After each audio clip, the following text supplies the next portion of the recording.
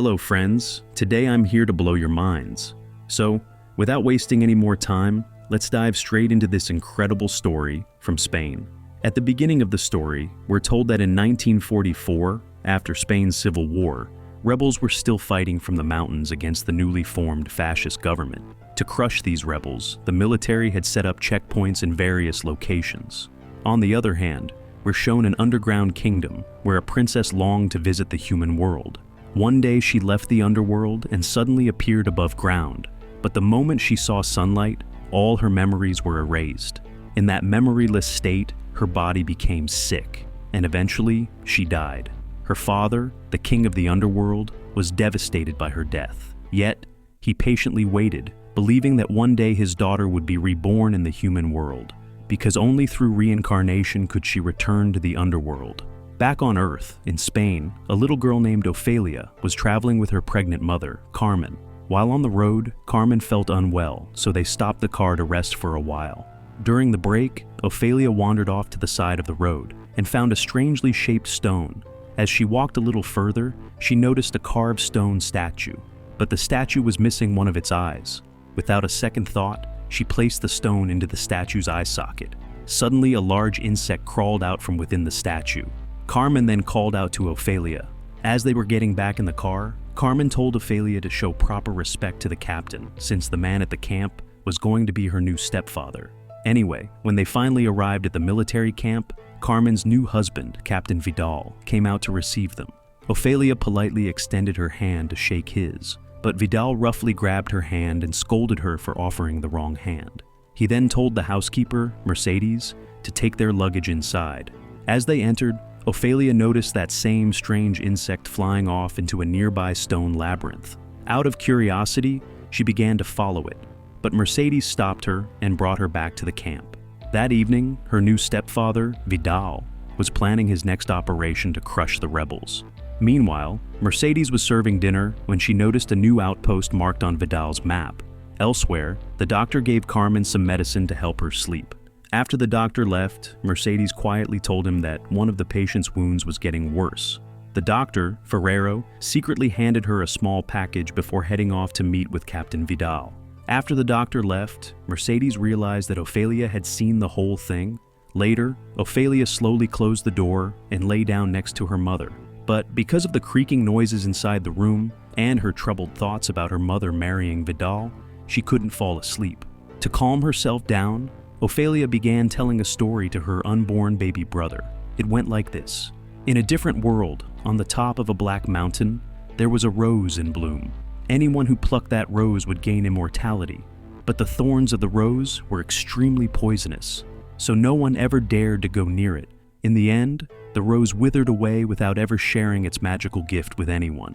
Meanwhile, Dr. Ferrero went to Vidal's room and told him that Carmen's condition wasn't good, but the unborn child was still healthy. That news made Vidal very happy. He insisted that the baby would definitely be a boy, and demanded that no matter what happens, he must be present at the time of the birth. Interestingly, he didn't seem the least bit concerned about Carmen's health. Later, some soldiers brought in an old man and his son. Apparently, they had heard gunshots and arrested the two. They also claimed to have found a scorched rifle in their possession. The boy cried and pleaded that his father was only hunting rabbits. But Vidal didn't believe a word. While checking their bags, Vidal found a suspicious-looking note hidden in a bottle of liquor. Then, without warning, he smashed the bottle into the boy's face and brutally beat him to death. After that, he shot the boy's father in the chest, killing him too. None of the soldiers around him said a word about this cruelty. They all just stood there, frozen. Meanwhile, in the room where Ophelia and Carmen were sleeping, a strange sound woke Ophelia up. She opened her eyes and saw that same bizarre insect standing near her bed. Slowly, the insect transformed, turning into a fairy. The fairy asked Ophelia to follow it. Ophelia quietly followed her and stepped inside the nearby stone labyrinth. Winding through narrow and eerie paths, they arrived at a staircase, which led them deep into a mysterious cave. At the center of the cave stood a massive, intricately carved stone pillar. In front of it, there was a strange creature. As soon as it saw Ophelia, it lit up with joy. Fairies began circling around her, and the creature introduced itself as a fawn. He respectfully bowed before her and addressed her as Princess Moana. Ophelia was stunned and replied, "You must be mistaken. My name is Ophelia." But the fawn firmly insisted. The mark on her shoulder proved she was indeed their lost princess. The fawn explained that her father, the king, had once opened a secret pathway on Earth so that her soul could one day return home. However, to prove that she was the true princess, she must complete 3 difficult tasks before the next full moon. Then, the fawn handed her a magical book called The Book of Crossroads. This book could only be read when she was completely alone, and it would give her hints about the challenges ahead. Before she could ask more questions, the fawn faded into the shadows, leaving behind the book, now appearing completely blank. The next morning, Captain Vidal ordered Mercedes to cook the rabbits he had taken from the old man and his son. Mercedes took the rabbits to the kitchen, and afterward, she began preparing hot water for Ophelia's bath. While alone, Ophelia opened the book the fawn had given her. To her amazement, magical images and glowing text began appearing on the blank pages. Ophelia was mesmerized. But just then, Carmen knocked on the door. Startled, Ophelia quickly hid the book. Her mother urged her to come out quickly. As she stood in front of the mirror, she looked over her shoulder and noticed a crescent-shaped birthmark. The mark matched the fawn's story and the book's magic, which made her begin to believe. Maybe she really was the lost princess. Later in the kitchen, while dinner was being prepared for the guests, Ophelia arrived, and everyone admired her beautiful new dress. Her mother had sewn it by hand, especially for tonight. While Mercedes was milking a cow, Ophelia told her about the fawn and the fairies, but Mercedes warned her, "You should never fully trust fawns." Just then, Captain Vidal summoned Mercedes. New supplies of food, medicine, and cigarettes had arrived, so he wanted her to hand over the only key to the storeroom. As they got busy, Ophelia took the book in hand and walked into the forest. The book's first task spoke of an ancient dying fig tree once inhabited by magical creatures. Matching the illustration in the book, Ophelia spotted the same fig tree ahead of her. Beneath the roots of this massive tree lived a giant toad. To save the tree, Ophelia had to feed the toad 3 magical stones and retrieve a golden key from its belly. Ophelia then noticed that her shoes had been completely soaked in mud. She carefully hung her new dress on a tree branch and crawled into the base of the tree. But suddenly, a gust of wind blew away the ribbon of her dress. Meanwhile, on a hilltop, Vidal and his soldiers spotted smoke in the distance. Following the trail, they arrived at an abandoned rebel campsite. There, Vidal found a torn packet in the grass. Inside, it was a bottle of antibiotics. Just then, he heard a noise from far away. He shouted at the rebels, daring them, "If you got the guts, come take your medicine." But no one replied, so he and his men left the area. From a distance, hidden rebels watched the entire scene unfold. Back inside the tree, Ophelia crawled through the narrow, mud-filled tunnel as bugs and insects crawled all around her. Eventually, she reached the giant toad. Without warning, the toad snapped a bug right from in front of her face and swallowed it whole, then let out a loud, disgusting belch. Ophelia looked at the magical stones in her hand and noticed a bug crawling among them. She placed the bug in front of the toad, then set it between the stones. The toad eagerly swallowed all of them. But within moments, the toad began writhing in terrible pain, its body convulsing violently. It started vomiting out all its internal fluids. Ophelia reached into its belly and pulled out the golden key. When she came out from beneath the tree, she saw her new dress lying in the mud. Just then, it started to rain heavily. Meanwhile, at Captain Vidal's dinner party, he welcomed the guests warmly.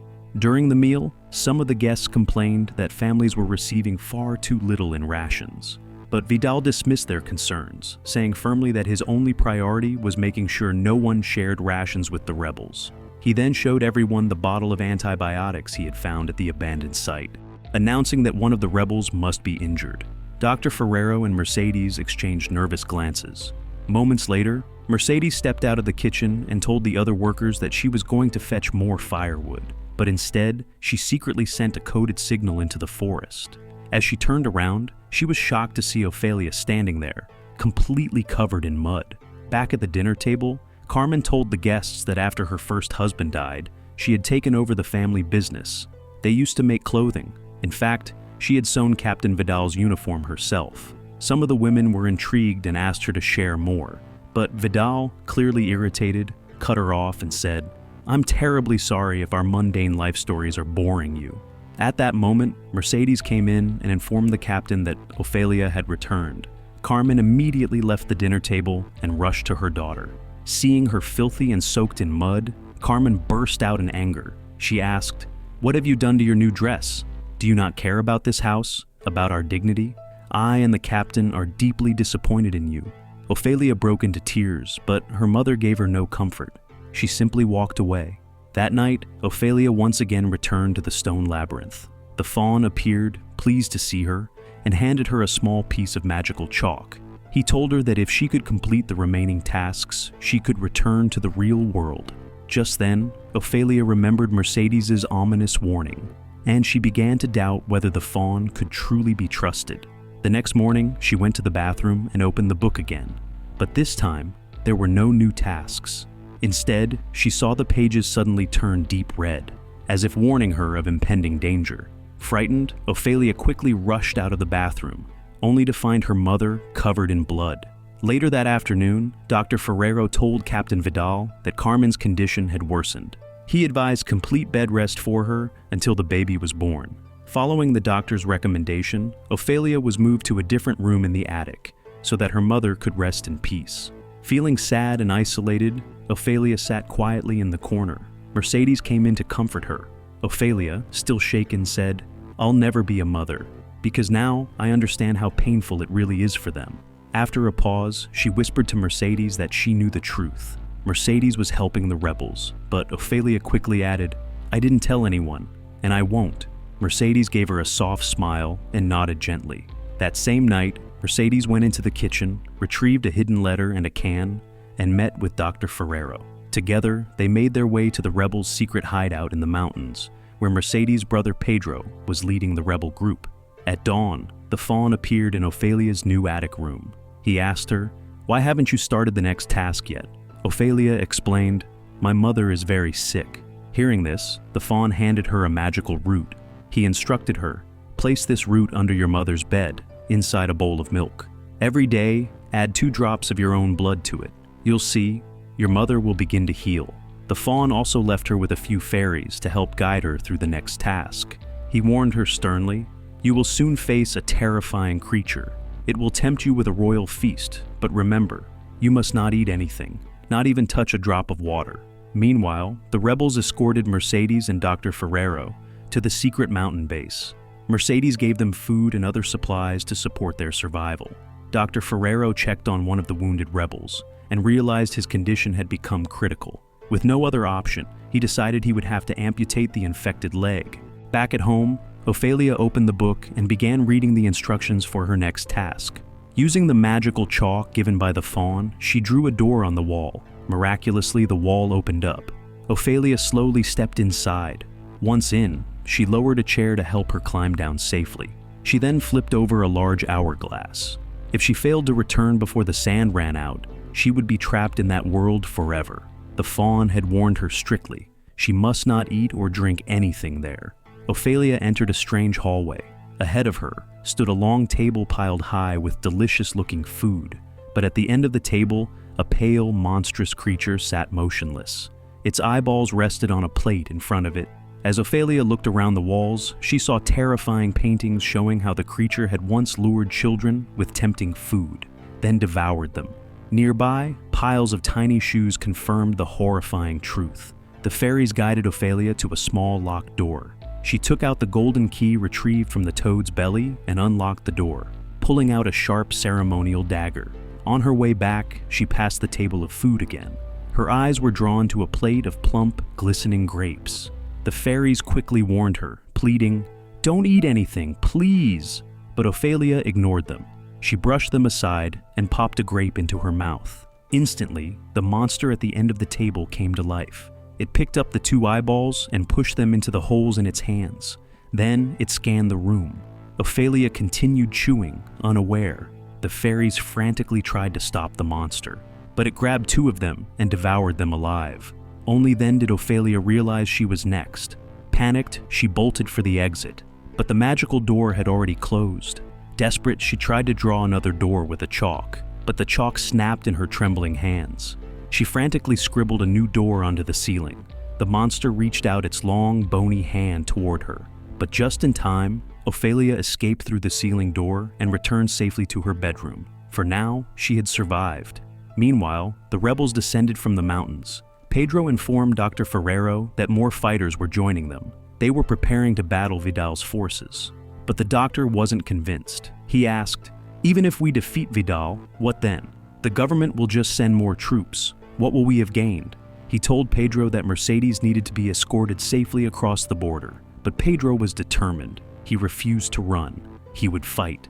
Mercedes handed the rebels a copy of the key to the food storage room, but warned them, "Don't go in there yet. There are too many soldiers." Back at the camp, Ophelia prepared the magical root for her mother. She poured milk into a bowl, then placed the root inside. To her shock, the root came to life, mimicking her mother's movements. Ophelia placed it under the bed and bit her finger until drops of blood formed. She dripped the blood into the bowl, feeding the root. Just then, Captain Vidal and Dr. Ferrero walked in. The doctor examined Carmen and said the medicine seemed to be working. She was gradually getting better. Vidal, however, coldly declared, "If there comes a time when you must choose between the mother or the child, save the child. I don't care about the mother." Ophelia heard this and was terrified. She realized her mother's life was in serious danger. Outside, the sound of explosions filled the air. Vidal stepped out to see flames and smoke in the distance. Back inside, Ophelia knelt beside her mother's bed and began speaking to her unborn brother. She whispered, "Please, come out of Mama safely. I'll make you a prince in my kingdom if you save her." Elsewhere, soldiers discovered a destroyed train, blown up by the rebels.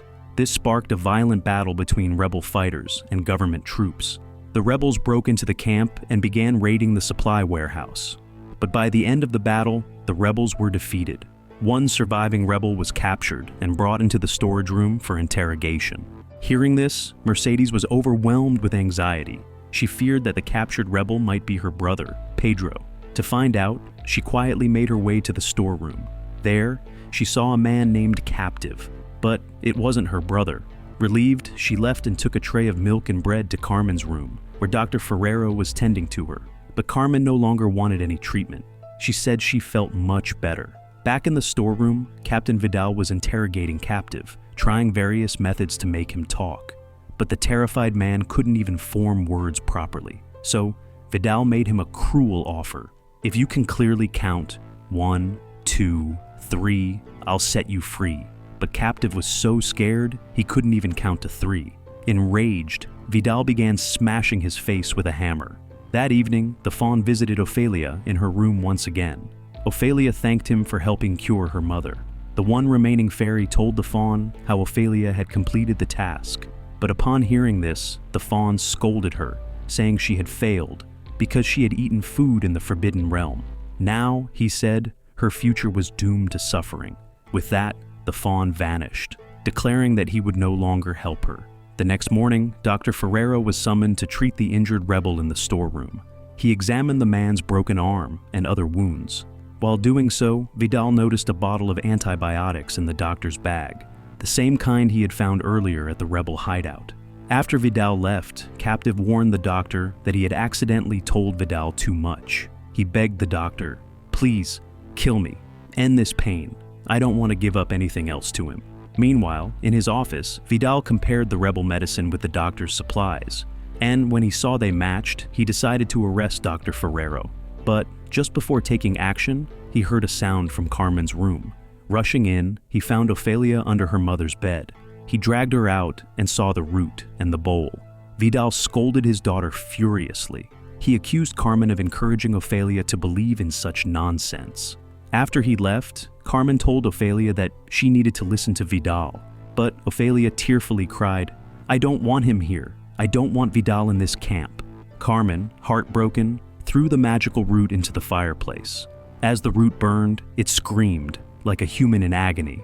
In that moment, Carmen collapsed to the floor. Later, in the storeroom, Vidal discovered that Dr. Ferrero had euthanized the rebel prisoner. As the doctor tried to leave, Vidal shot him in the back. The doctor staggered forward a few steps, then collapsed, dead. Meanwhile, Carmen gave birth to the baby, but shortly after, she passed away. The child, however, survived. That evening, Vidal informed Mercedes that he suspected a spy still remained in the camp, and she was the prime suspect. After all, she was the only one who had access to the storeroom key. Mercedes, now realizing she was caught, tried to flee the camp with Ophelia and the newborn baby.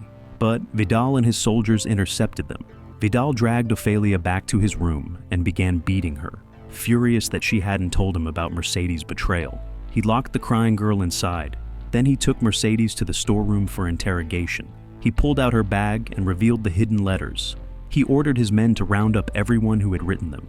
Just as he was about to torture them, Mercedes pulled a kitchen knife and freed herself. She stabbed Vidal in the back, then again in the chest. She warned him, "If you hurt Ophelia, I swear I'll finish you." Then, with one final blow, she sliced his cheek open and escaped. Outside, some soldiers saw her running away, but assumed that Vidal had released her.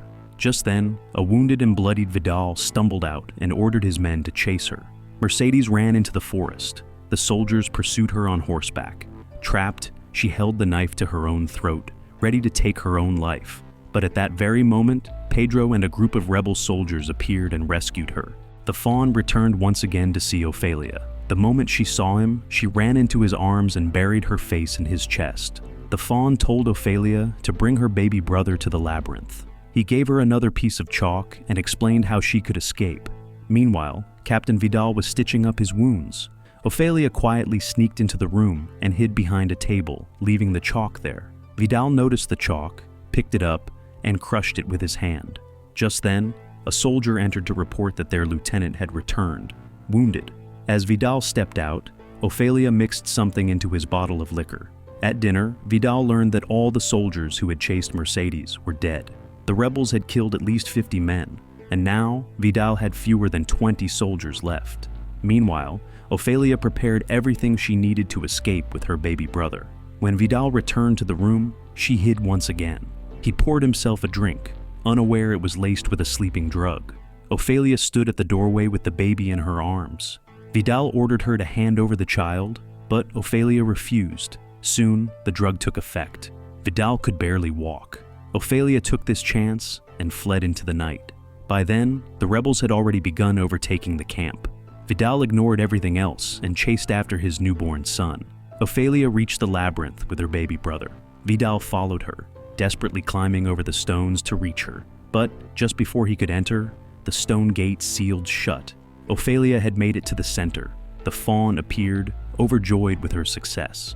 He explained that to open the door to her true kingdom, a single drop of innocent blood was required. But Ophelia refused to harm her baby brother. She wouldn't let him be used for any ritual.